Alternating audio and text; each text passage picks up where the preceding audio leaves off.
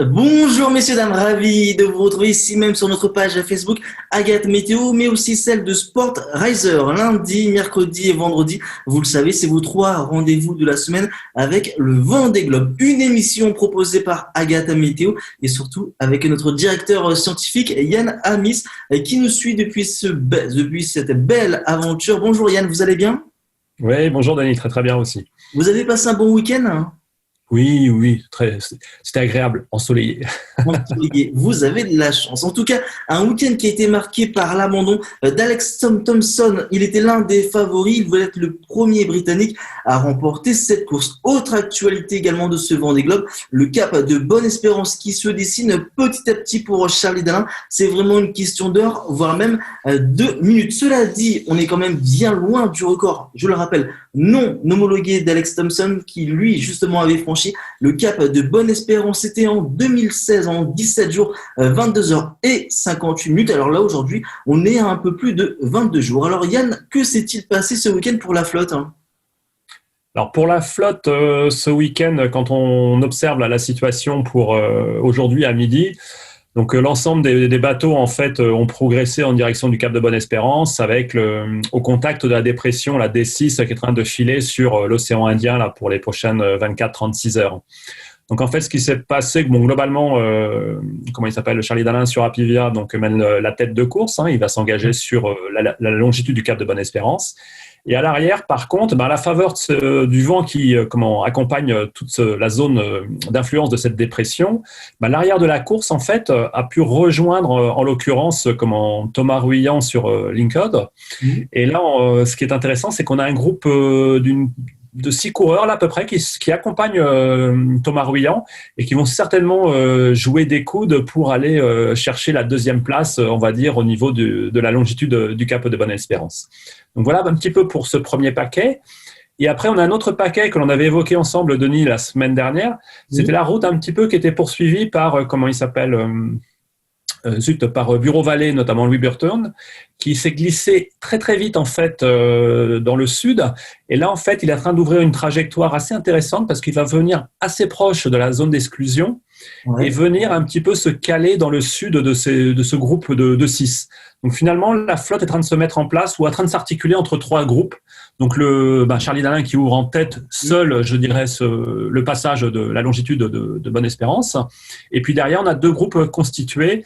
Et c'est là où ça va se jouer un petit peu pour voir qui va accompagner Charlie Dalin sur le passage, on va dire, dans l'océan Indien.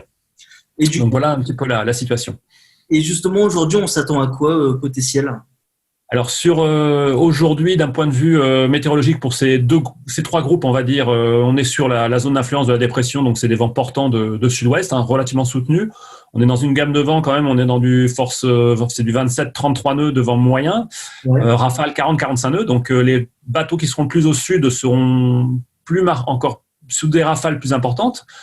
La petite, je dirais, chose qui va en leur faveur, c'est que finalement, ils vont être à l'arrière des zones de vent les plus forts. Donc, en l'occurrence, ils sont précédés par les vents les plus forts et ils sont calés dans la zone de vent faiblissant. Mais dans cette zone de vent faiblissant, on est quand même dans une gamme à plus de 30 nœuds. Donc, il faut qu'ils soient très vigilants là-dessus. Et à l'arrière, ma foi, la situation évolue très vite, puisque dans le sud de l'anticyclone, en fait, on a une nouvelle dépression, une nouvelle cyclogénèse qui est en train de se mettre en place. Et là, on voit très vite que l'ensemble de la route, je dirais, du Vendée Globe pour les concurrents est en train de se mettre en place entre cette fameuse dépression D7 qui est en train de naître dans le sud-ouest de l'anticyclone de Sainte-Hélène. Et les coureurs vont chercher à se glisser dans cette nouvelle zone de vent qui est en train de se mettre de façon opportune en place au niveau du 40e rugissant, en fait. Alors, on a beaucoup parlé de la force des vents, mais est-ce que l'état de la mer va jouer aussi? Oui, complètement. C'est vrai que depuis qu'ils ont gagné les 40e rugissants, on le voit bien, là, en l'occurrence. Alors, sur le champ de vent, c'est indéniable que le couloir de vent est très soutenu, il est très marqué. Mais bon, associé à, je dirais, ce couloir de vent relativement conséquent, on voit que l'état de mer, en l'occurrence, sur le champ de vague prévu pour ce midi, ils sont sur des états de mer compris entre 4 à 5 mètres. Donc certainement 4 mètres, je dirais, pour Charlie Dalin qui va passer la longitude du cap de Bonne-Espérance, et un petit peu plus au sud, notamment la trajectoire de Louis Burton l'amène sur des vagues un peu plus conséquentes, de l'ordre de 5 mètres, je pense. Et déjà ce profil à l'horizon, quand on regarde plus à l'ouest du bassin, avec la nouvelle dépression qui arrive sur les 40e rugissants, on a déjà un noyau de houle à 5-6 mètres de prévu. Donc c'est quand même, on entre dans une configuration de course qui est complètement différente. Quand les coureurs sont au contact des 40e rugissants, c'est des vents d'ouest certes portants, très soutenus, très forts. Là on le voit bien pour aujourd'hui. Et en l'occurrence, c'est des états de mer aussi beaucoup plus formés, puisqu'on rentre tout de suite dans des états de mer, voilà, 4-5 mètres qui vont accompagner les concurrents sur l'ensemble, on va dire, de l'océan Indien, sans surprise en fait. Et pour ces prochains jours, ça va donner quoi justement tout ça? Alors pour ces prochains jours, en fait, on va avoir un petit éclatement de la course. C'est-à-dire, on a des concurrents qui vont rentrer dans l'océan Indien, donc ils vont rentrer dans le système dans le système des dépressions. Donc ils vont guetter les dépressions pour chercher à monter dans le train et poursuivre, on va dire, en direction de l'Est et rester au contact de la zone de vent qui est à peu près située entre le 40e et 40e rugissant, 40-45, Ouais. tout en faisant très attention à ne pas venir sur la zone d'exclusion des glaces. Et à côté de ça, sur l'arrière de la course, je pense que les concurrents vont pouvoir se glisser, pour les concurrents encore qui sont en course, ils vont pouvoir se glisser sous l'anticyclone de Sainte-Hélène et venir bénéficier aussi de vents beaucoup plus porteurs pour glisser en direction du Cap de Bonne-Espérance. Donc, on va dire que c'est parti. Je pense que milieu de semaine, tous nos concurrents seront à la latitude des 40e, en fait. Alors, on vient de voir le détail justement de cette course réelle, mais il existe également une course virtuelle sur une application qui est géniale. Elle s'appelle Virtual Regatta. On en est où de cette course, Yann? Alors là, c'était très intéressant aussi. C'est comme la course, c'est comme la course réelle, mais sauf qu'on la pilote depuis son canapé. Là, ce matin, quand on regarde la situation, le groupe, il y avait, je ne sais pas si tu te rappelles, mais on en a évoqué énormément en fin de semaine, qui allait passer la longitude du Cap de Bonne-Espérance entre le groupe Est, le groupe Ouest, le groupe Afrique.